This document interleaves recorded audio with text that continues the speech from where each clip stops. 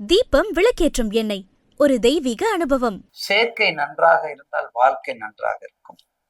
சேர்க்கை நன்றாக இருக்கும். எல்லாத்துக்குமே சேர்க்கை கீரியும் பாம்பா இருக்கக்கூடாது, பாம்பும் தவளையுமா இருக்குது, எலியும் பூனையும் இருக்கக்கூடாது. சேர்க்கை நல்ல சேர்க்கையா இருக்கும். அப்ப சேர்க்கை நல்ல சேர்க்கையா இருக்கணும். அப்ப கன்னி ராசிக்கு கண்டிப்பாக எத்தனை சொர்க்கங்கள், எத்தனை எத்தனை சோகங்கள், எத்தனை சொர்க்கங்கள், எத்தனை சோகங்கள், எத்தனை வருத்தங்கள், எல்லாம் என்ன வந்தாலும் அதையெல்லாம் தாங்கக்கூடிய சக்தி அதுக்கு உண்டு. அதுக்காகத்தான் சொல்லுவாங்க, அவங்ககிட்ட போய் எதுக்கும் பேசாதீங்க, அவங்க சொல்ற வழியே போங்க. அதனாலதான் கடலுடைய ஆழத்தை கண்டுபிடிக்க கன்னியாசலத்தை கண்டுபிடிக்க முடியாது சொல்லுவாங்க. அவங்க வழியிலே போகும். அவங்க வெளில போனா நம்ம ஜெயிச்சிருவோம், அவங்க வெளில போனா அவங்களும் ஜெயிக்கலாம், நம்மளும் ஜெயிக்கலாம். அதுக்குதான் மதிக்காதவரோட மனத்தை கொடுப்பதும், படிக்காதவன் புத்தகத்தை கொடுப்பதும் எப்படி ஒன்றுதான். அந்த அளவுக்கு இவங்க பெரிய பெரிய பூகம்பத்துல நிறைஞ்சு வந்திருப்பீங்க. பெரிய பெரிய கஷ்டம், பெரிய எல்லாத்தையும் தூள் தூள நுறுக்கிட்டு இனிமேல் வரக்கூடிய காலம் மிக அற்புதமாக இருக்கும். இனிமேல் வரக்கூடிய காலம் மிக அற்புதமாக இருக்கும். ஏன்னா கன்னி, நான் சொல்லியிருக்கிறேன், கன்னி, துலாம், விருச்சகம், தனுசு, மகரம், இந்த 5 ராசியுமே, அந்த 5 ராசிக்காரங்களும் புதிய தொழில, புதிய நிறுவனம், புதிய ஃபேக்டரி, குழந்தைகள் பெற்றெடுத்தல், திருமண வைபவங்கள், மங்கள ஒளிகள், வெளிநாடு போறது, என்ன வேணாலும் செஞ்சுக்கலாம். டெவலப்மெண்ட் எல்லாமே ஆல்வேஸ் டெவலப்மெண்ட், எல்லா வகையிலும் டெவலப்மெண்ட்.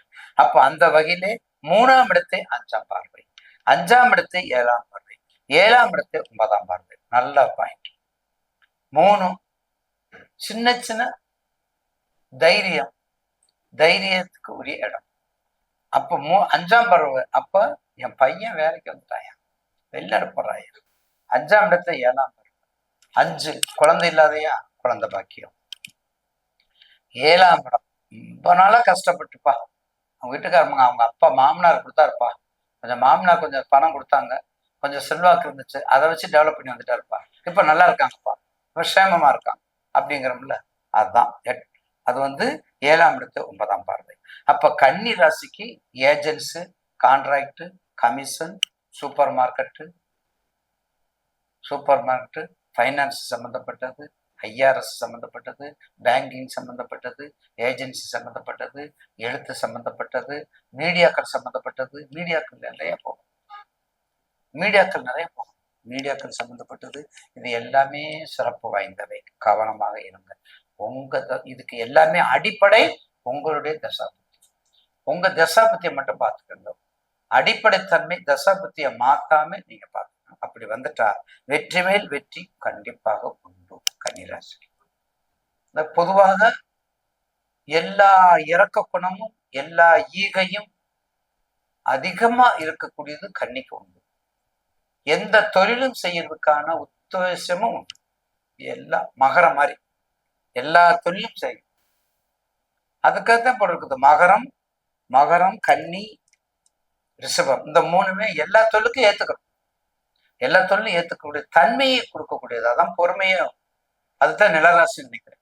அந்த அளவுக்கு செல்வா கொடுக்கக்கூடியது கன்னி ராசி. கண்டிப்பாக நான் சொன்ன வேலையை பாருங்க, எல்லா வகையிலும் சிறப்பா வருவீங்க. 7.5 உங்களுக்கு பதிக்கிறது. உங்க ராசிக்கு ஏற்கனவே உங்க ராசிக்கு லாபாதிபதி குரு இருக்கிறாரு. 3ஆம் இடத்தை 5ஆம் பார்வை, 5ஆம் இடத்தை 7ஆம் பார்வை, 7ஆம் இடத்தை 9, உங்களுடைய 7ஆம் இடத்தை 9.